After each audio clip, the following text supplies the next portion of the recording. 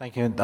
And may I ask your leave? I was testifying on another bill when 7513 was heard about the basically the Chief Justice coronavirus bill. May I say a couple sentences on that, or would that be? Yeah, if you could keep it brief. It would be very brief.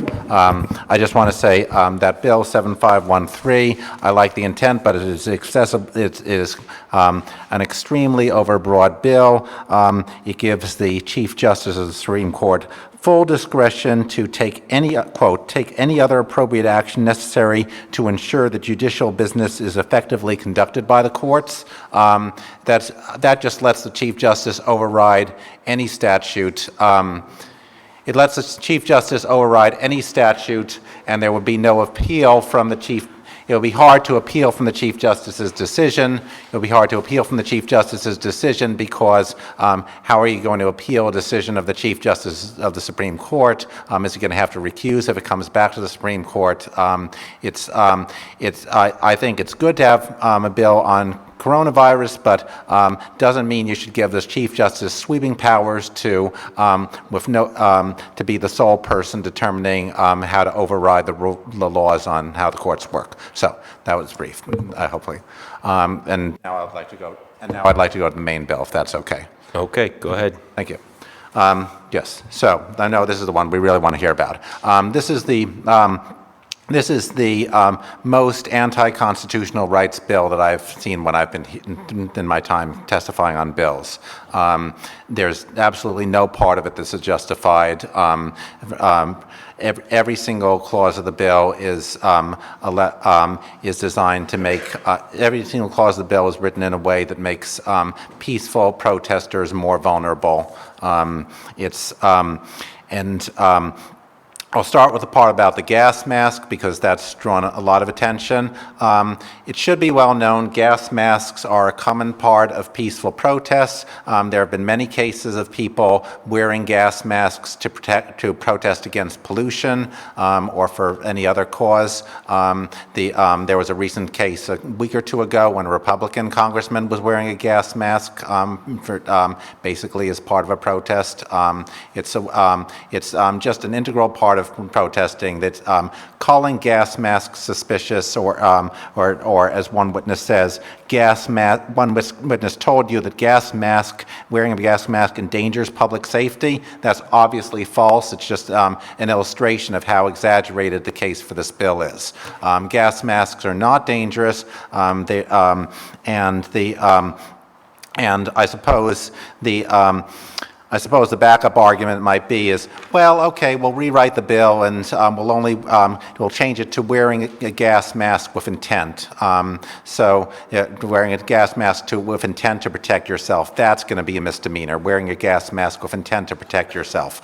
I know a number of very gentle people who were engaged in a peaceful protest and were pepper sprayed outside the Wyatt jail a few months ago. Wearing a gas mask would have helped them. I know many gentle people who needed to wear gas masks or protective gear in other protests because there are times when law enforcement officers use pepper spray or tear gas or other chemical weapons way too indiscriminately, and there are plenty of times when you can see in advance there's a big chance that should happen. It's very common for peaceful protesters to want to protect themselves against gas weapons. I've seen it many times over the years. It should not be a crime for them to protect themselves. I know one of the witnesses said, this is going to keep protests peaceful. How does it keep things peaceful to make protesters defenseless against the overuse of chemical weapons like we saw outside the Wyatt jail a few months ago? It's pretty well known. Chemical weapons get overused from time to time, and if you want to keep things peaceful, allow people to to make sure that they don't get injured. Don't criminalize them for trying to stop themselves from getting injured while they're doing something peaceful. And that applies to a lot of other things in this bill too. The gas mask is a symbol of the struggle for freedom, whether it's the Hong Kong protests, where gas masks have been a regular recurring feature, or the protests in Venezuela against the socialist government of Venezuela. Gas masks have been very common there. Wearing a gas mask when you're acting peacefully and the police are cracking down on you for bad reasons, that's a symbol of freedom. And it happens in America, like outside the Wyatt. It happens in other places too. It's the kind of thing we should be supporting. And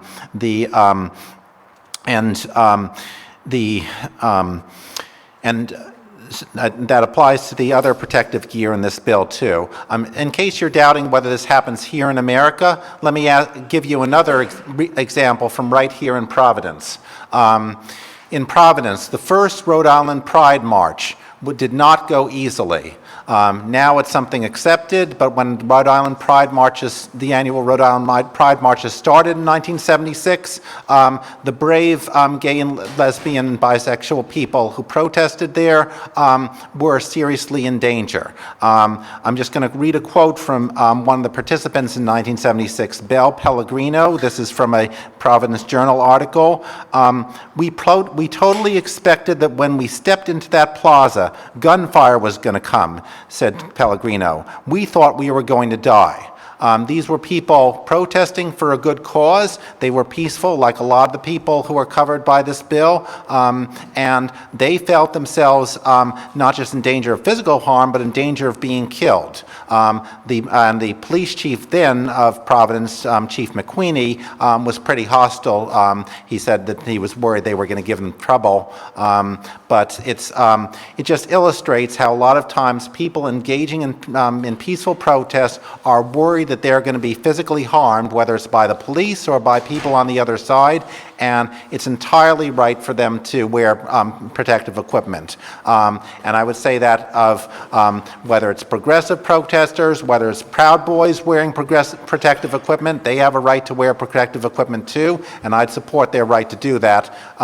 What this bill does is it says, well, normally you have a right to wear things to protect yourself, but if you choose to use your First Amendment rights, you suddenly lose your right to protect yourself. It says people who choose to exercise their rights of self-expression are less entitled to protecting themselves against violence, and if they do try to wear things to protect themselves against violence, then they're going to be subject to criminal penalties. So it actually it harms the people who are exercising their rights of free speech in two ways. One, by subjecting them to criminal penalties for protecting themselves from others' violence in a way that nobody else is subject to criminal penalties. And two, it leaves them more open and defenseless against violence than everyone else is. And so in two ways, it penalizes people for using their American constitutional and universal human right of self-expression and political protest. I'll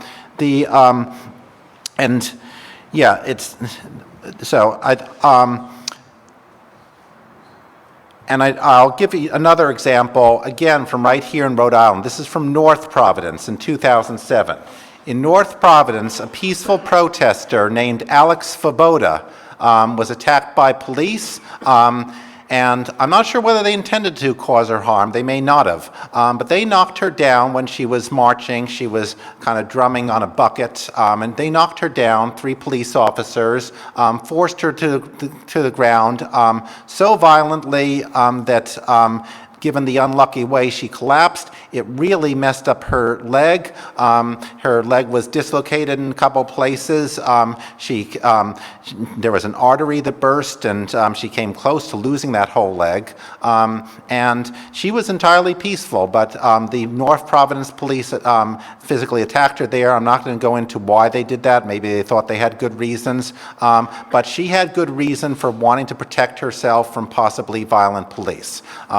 It's true in many protests. It was true in the need to protect yourself against possible violence during a protest was true in Rhode Island Pride in 1976. It was true for Alex Savoda in 2007. It will be true for many protesters of all political stripes in the future.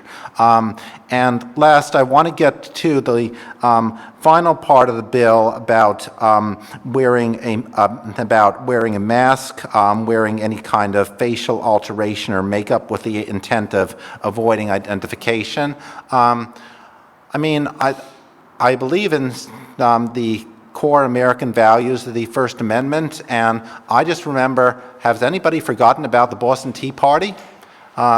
The Boston Tea Party was people wearing a mask as part of a protest action against the British, and we know that that was part of a key spark in starting the American Revolution. The people who did that were entirely right to wear disguises. I don't want to have somebody who's trans, who's transgender, subject to criminal charges because they wear makeup and the police and prosecutors say they were trying to hide their identity. The truth is, I know all of us break the law sometimes. There's a saying that everyone commits 3 felonies a day. So it is true that this particular part of the law about banning blanket bans on masks only applies to people who are breaking the law, but everybody is breaking the law sometimes. What my standard that I think is important is if somebody's being peaceful as part of a protest, you shouldn't make it a crime for them to try to hide their identity, just like the people in the Boston Tea Party shouldn't have been prosecuted for wearing masks. If they break the law, you can prosecute them for breaking the law, but let me be a little bit clear about this.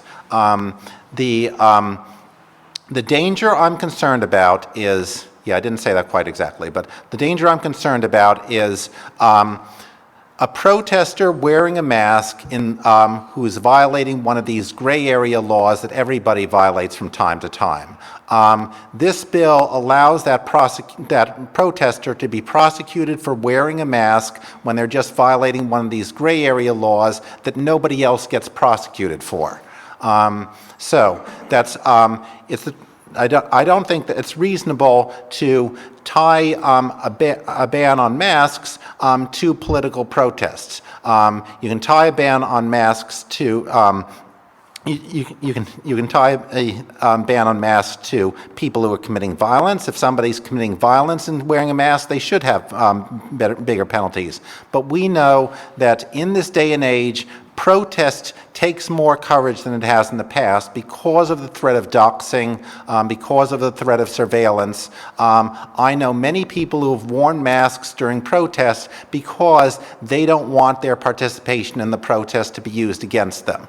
And in the cases I know, these people were not breaking any laws. But there are so many gray area laws, so many laws that are not enforced but could be used against protesters, that I think it's a very bad idea to target this kind of mask law against protesters. I think with the right balance to strike is make higher penalties for people who commit acts of violence while committing crimes. I think insofar as the concerns behind the bill are legitimate, that's the way to deal with it.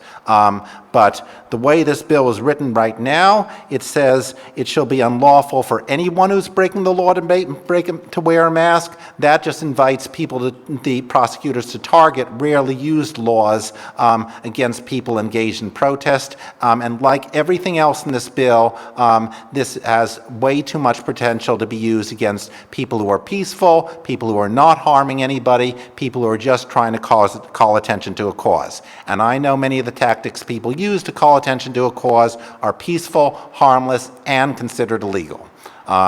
So if this bill passes and they do enact a provision of law with tougher penalties for people who wear masks when breaking the law, it's just a slippery slope. It's going to lead to that penalty being toughened more and more to the point where people, like in Hong Kong, are afraid to go out and participate in protests because of the penalties for wearing a mask. So I think we should recognize that wearing a mask in protest has been a sign of freedom in Hong Kong, Venezuela, and the Boston Tea Party. It should be respected here as long as nobody's actually being violent. Those are the concerns I have. And again, I'm glad that the Antifa people are here to speak for themselves. They should, but I'm not speaking for them. I'm speaking for all the other people who also have legitimate concerns, just like the Antifa people do, people who are engaged in peaceful protest, and people who know sometimes the police go too far and crack down. I don't trust any monopoly completely, and I know police are supposed to have a monopoly on violence. This bill just strengthens that monopoly on violence and reduces the amount of that peaceful protesters can stand up against police who may be about to abuse their monopoly on violence, because every monopoly gets abused from time to time. This bill shows absolutely no perspective for how the monopoly on violence can be abused. It just puts all the blame on the side that may be entirely peaceful and usually is, the protesters, and makes them subject to crime. I'm opposed to this bill. Thank you.